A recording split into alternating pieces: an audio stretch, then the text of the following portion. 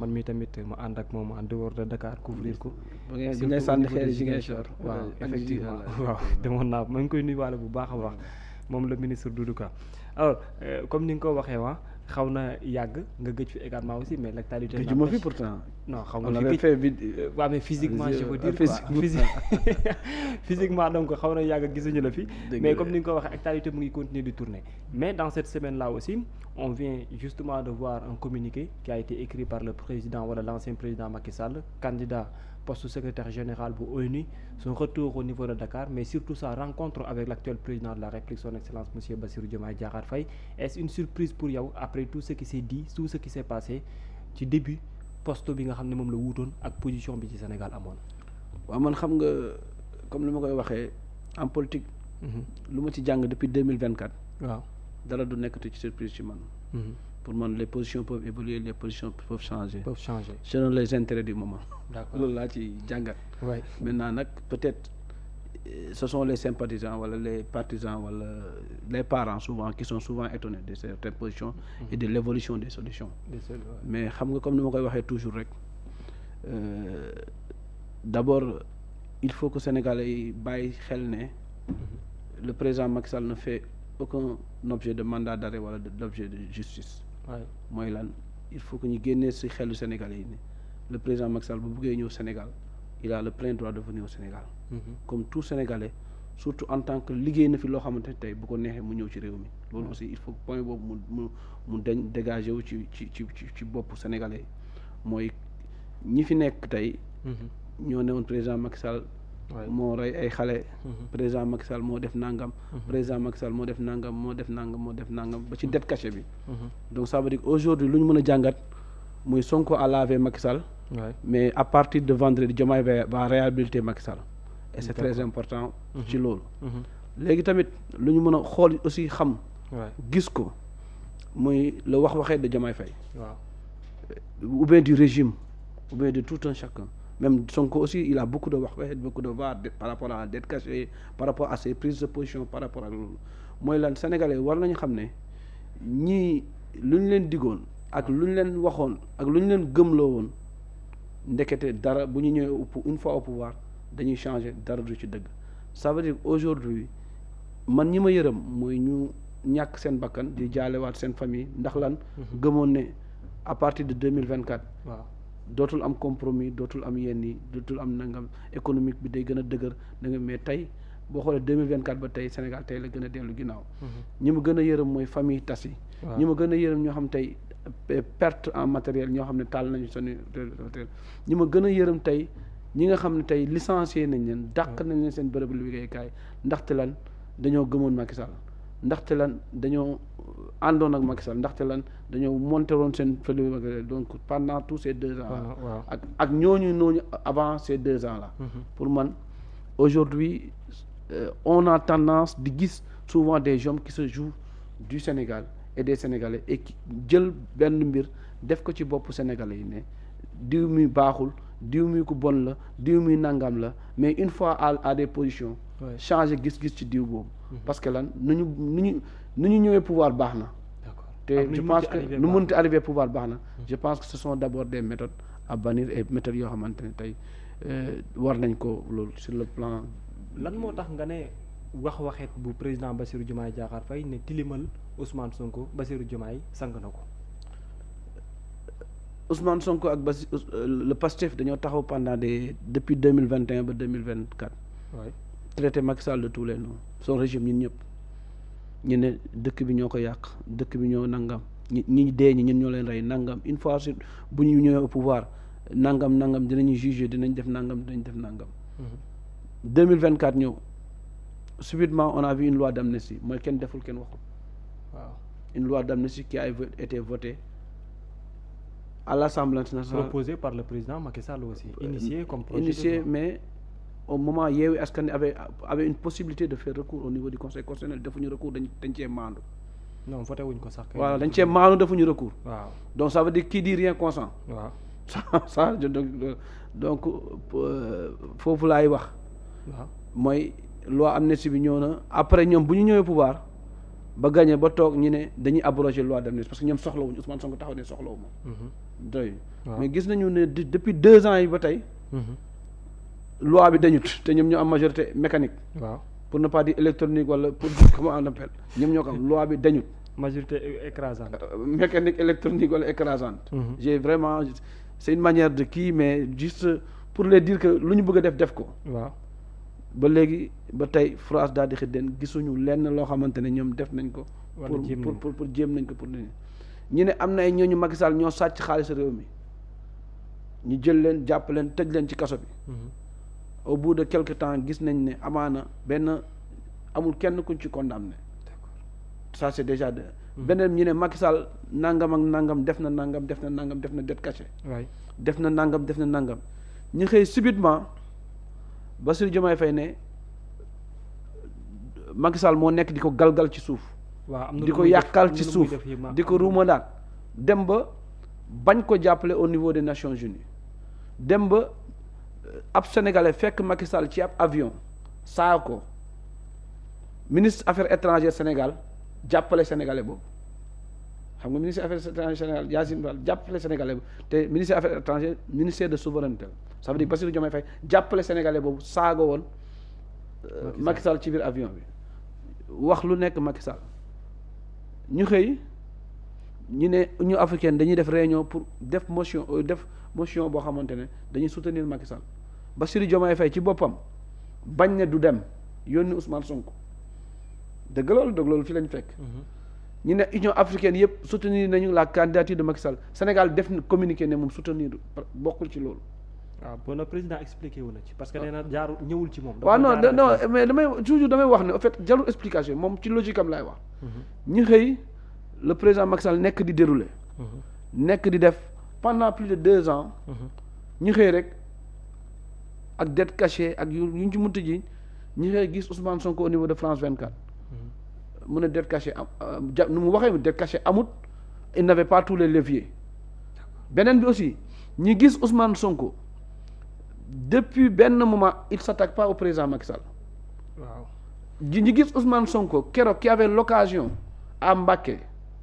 de parler de la situation politique de ce pays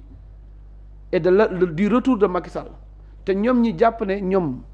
ñi jàpp ne ñoom Macky Sall moo def nangam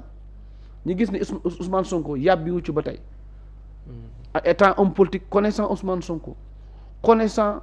le fait que mosu ci wax daf la jaaxal loolu c'est une interrogation pour yow lan moo ko waral xaw ma damay laaj Sénégalais yi ñi seetaan rek laay laaj qu'est-ce qui s'est passé beneen bi mooy mu am occasion Mbacké am occasion à 2 jours président Macky Sall di ñëw même je pense que lu ñu waroon def ñëw assemblée sax dañ ko tuxal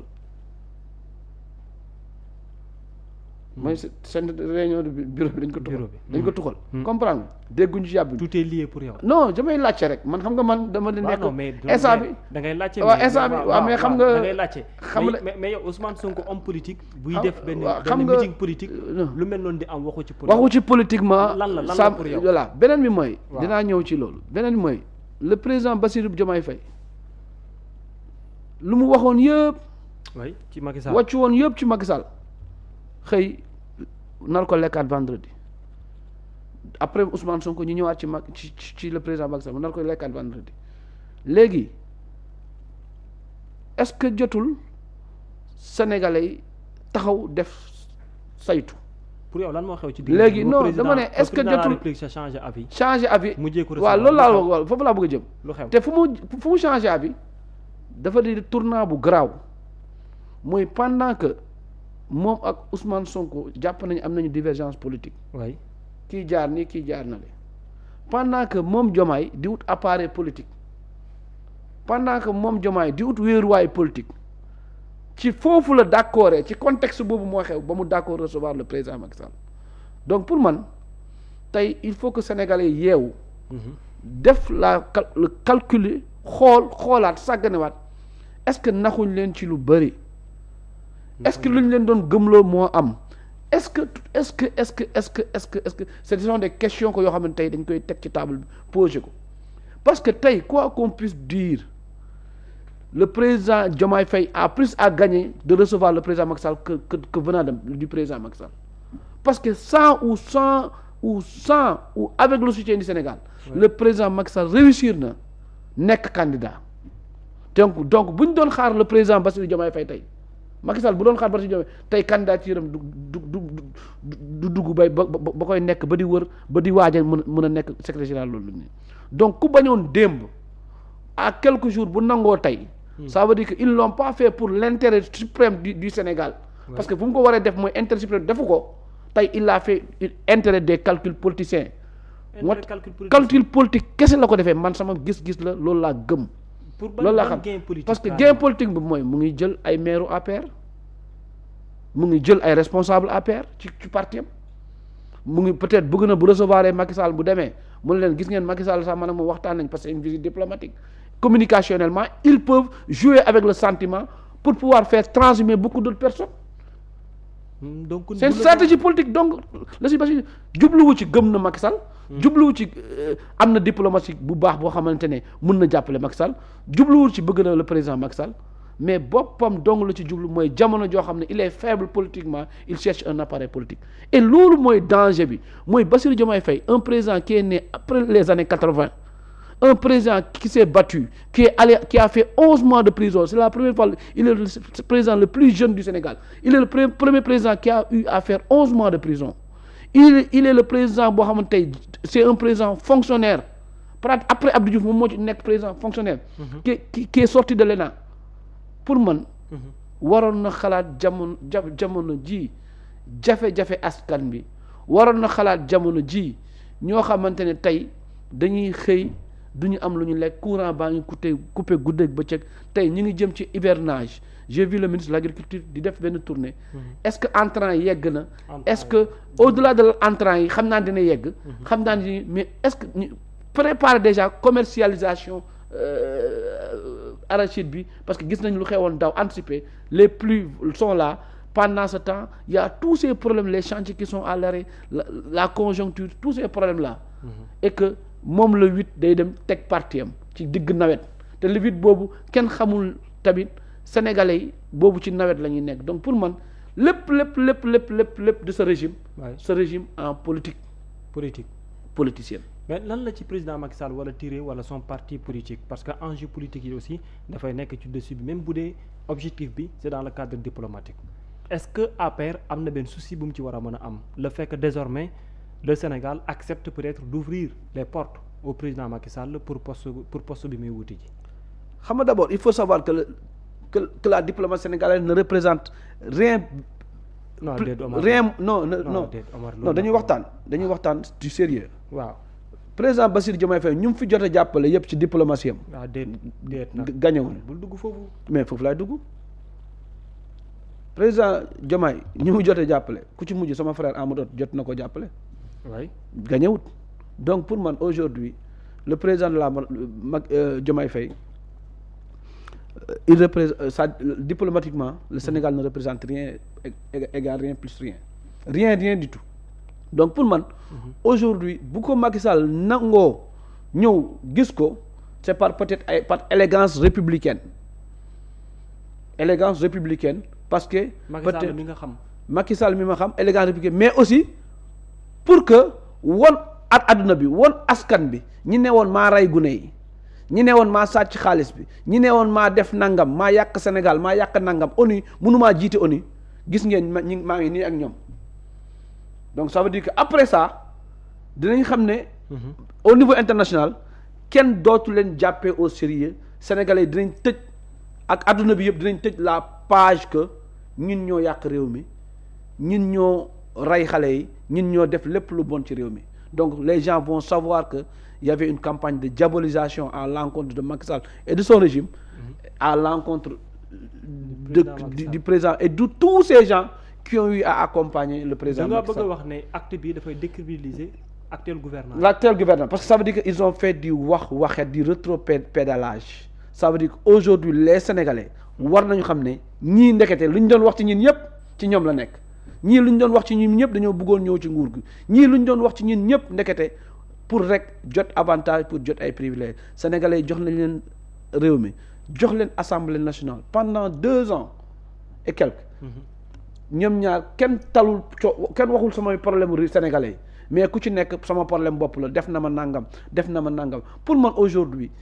ils devaient tous les deux dépasser leur problème parce que le Sénégal dépasse leur personne ñi liggéeyal ngir Sénégal mais j'ai compris que aujourd'hui kii mu ngi renforcer parti politique am di wax 2029 kii mu ngi wut parti politique pour jëm 2029 parce que pour man instant bi ce mandat il est perdu mais nee nañ sénégalais yi xaaral ba 2029 ñu dool léegi nag jot na tamit sénégalais yi xam ne est-ce que ñii naxuñu ñu dee tey famille ñu dee xam ne. non mais loolu dinañ ci est-ce que voilà mais bon en terme de diplomatie. ban apport ak ban poids diplomatique moom la Sénégal aujourd'hui mën a jox le président Macky Sall est-ce que ba fi ñu toll nii tembe yaakaar nga ni lii mën a nekk un poids de plus pour espérance yi gën a yokku pour le président Macky Sall ci chance am yi. c'est juste en matière de crédibilité mooy lan ñii ñoo demoon ONU di marche. ñu ne waaw non en matière de crédibilité Macky Sall bu muy def keroog kii am ci ONU bu muy def audition bi waaw. am na waa Pastef yi fi dem di marche. tout à fait waaw ne dette cachée ne moo rey justice à la mort lii l'autre jour Sonko sur France 24 c'est une réponse mooy dette cachée amut pour réhabiliter pour laver Macky Sall maintenant Diomaye mu recevoir ko fii Sénégal dañuy won ne y a pas un mandat d'arrêt Macky Sall reyul kenn deful kenn donc ils vont le réhabiliter c'est juste une question de réhabilitation et question d'honneur aussi d'honneur à Macky Sall tey lu mu nekk di def parce que honneur am jaroon na ko tamit même bu nekk loolu même bu fekkee ne man aussi idée visite bi man sama avis personnel peut-être amaana ma bañ cee d'accord voilà pour lan mu ñëw Sénégal non pour que mu gisee ak ñii d'accord mu toog man amaana non man sama xalaatu bopp laa wax de ci yow ci li la concerné ci man li ma concerné d'accord mu toog parce que d'accord man sama parce que dama gëm ne le président Macky Sall dafay génn deux ans oui balaa mu fi génn dafa génnin bu rafet liggéey na réew mi liggéey bu rafet saa yu ko neexee dafay war a ñëwaat ci réew mi amul soxlawuñu benn waxtaan te am na ñu ko war a dalal am na ñu ko war a accueillir saa li ma gëm la parce que am na ñu ko war a protéger comme bouclier parce que Pastef seulement ñoom kese ñoo am bouclier ça c'est politiquement laay wax beneen bi mooy ci 2 ans yi le président Bassirou Ousmane Sonko seen régime bi man dem naa ci kaso ñaari yoon waaw képp koo xam ne ànd nga ci Macky Sall ñi ci bëri dem nañ ci kaso ba am na ñu ci nekk kaso jamono ji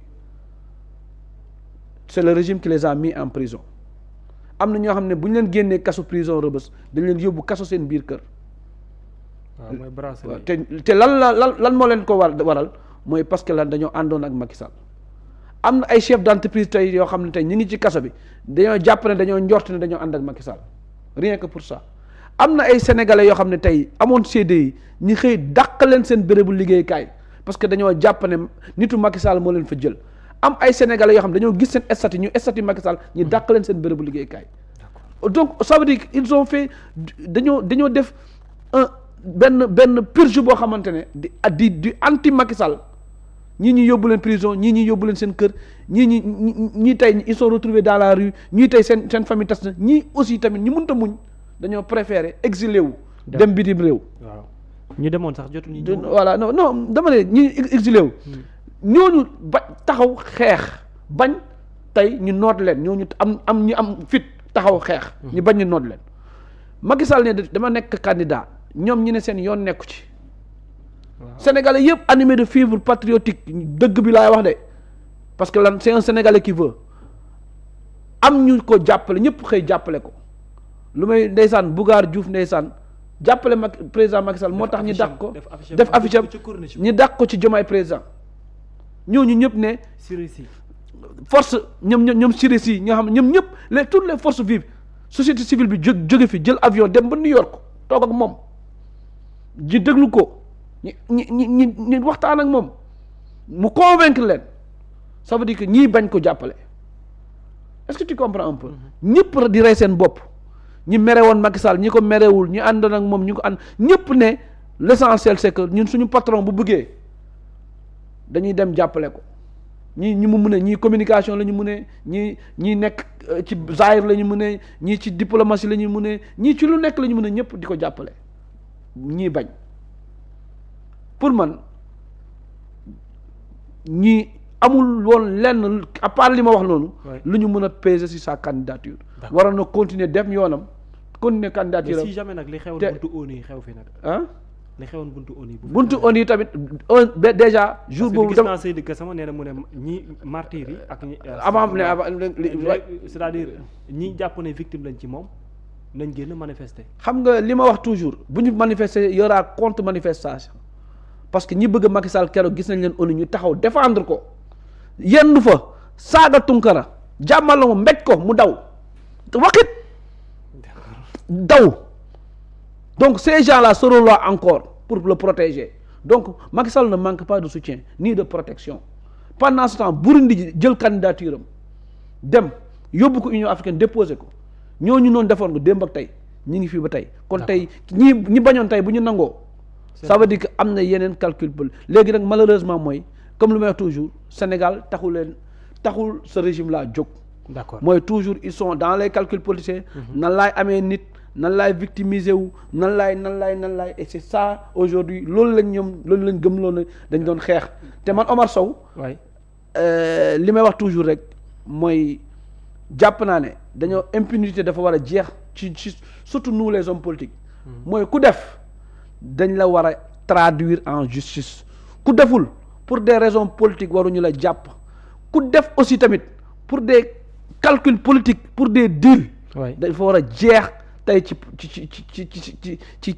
ci réew mi parce que lan on ne peut pas dealer au dos de la population on ne peut pas faire des choses au dos de la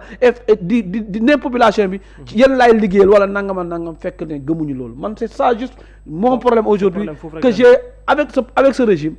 pour ne leen que ñoom ñooy wax ne ñun dañoo salte dañoo tilim amaana tey ñoom lu ñu doon xasee lu ci ëpp ci lu ñaaw ñoom ñu ngi koy def et c'est dangereux et pendant ce temps kenn ci ñoom ñëpp waxul problème mu Sénégal ku ci nekk sa problème bopp ngay wax parce que aujourd'hui lorsqu'on parle de Macky Sall c'est sa candidature personnelle au niveau de l'ONU donc ça veut dire que situation Sénégal tey kenn du ko waxtaanee ku ci nekk tamit pour te dire rek aujourd'hui tey parce que Macky Sall tey c'est pas à lui de travailler pour le Sénégal il travaille pour sa personnalité et de travailler pour l'image aujourd'hui du Sénégal mais ku war a liggéeyal koom-koomu sénégalais ku war a défendre l'intérêt du Sénégal ça doit être le président de la République kooku tey kenn xamut moom ci boppam xamul ci bul bu mu nekk xamul ci lu mu nekk mu ngi recevoir ay maire di def la promotion de la transhumance pour autre parti nee naa ko ndeysaan coono bi yëpp mu nekk di daj bu ko concentré woon ci liggéeyal Sénégal je pense dina am réussite. d'accord coono bi yëpp mu doon daj bu ko concentré woon jiboo ak son leader ak son parti d'origine quoi qu'on puisse dire qui a aujourd'hui justement foofu lañ toll mooy voilà waaw non dama ne bu jiboo waaw non bu jiboo woon ak son parti d'origine ak nit ak je pense que coono bi tey parce que répercussions yi sénégalais ñooy nekk répercussions yi. d'accord mooy xeex bi. J'ai juste ajouté une chose il faut savoir 2021 ba 2024. oui y a une crise politique. au Sénégal. nit ñi nekk ci fitna koo gis mu ngi ci fitna koo gis mu ngi daw koo gis mu ngi saaga ñëpp. dëkk bi. waaw ñu ne non ñëpp ne Macky Sall la. 2024. ñi doon wax Macky Sall la doon génnuloon nit ñi ci mbedd mi doon soulever loolu doon tax tey Sénégal doon jax-jaxi tey ñooñu sénégalais yi jox leen réew mi après 2 ans on quitte de crise politique on va en crise institutionnelle et crise république. foofu lañ toll. crise institutionnelle. non foofu lañ toll. en fait le président de l'Assemblée là. non je dis non xam nga tu sais y a pas. dans le cadre politique il y a des divergences. non du point de vue que y a déjà une loi constitutionnelle bu ñu déposer modification constitutionnelle bu assemblée déposer. oui président def avis changement yi ci nekk nag lan lay wax changement yi ci non waaw léegi dama ne non foofu dinaa fa ñëw mais def avis déjà kon ça veut dire on quitte d'une crise politique à une crise institutionnelle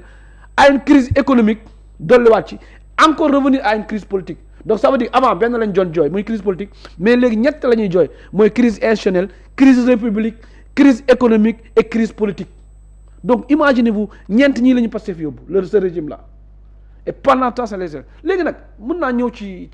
non mais dans l'aspect politique parce que. dans l'aspect da nga wax ci recours bi léegi. ci la loi constitutionnelle. la loi constitutionnelle mais nañ ko tëggee ñu bari dañ ne parce que li ngeen gëmuloon te ñoom ñu gëm ko loolu lañ fas yéenoon. xam nga man non ce qui. au conseil constitutionnel. c'est-à-dire les modifications sur la constitution.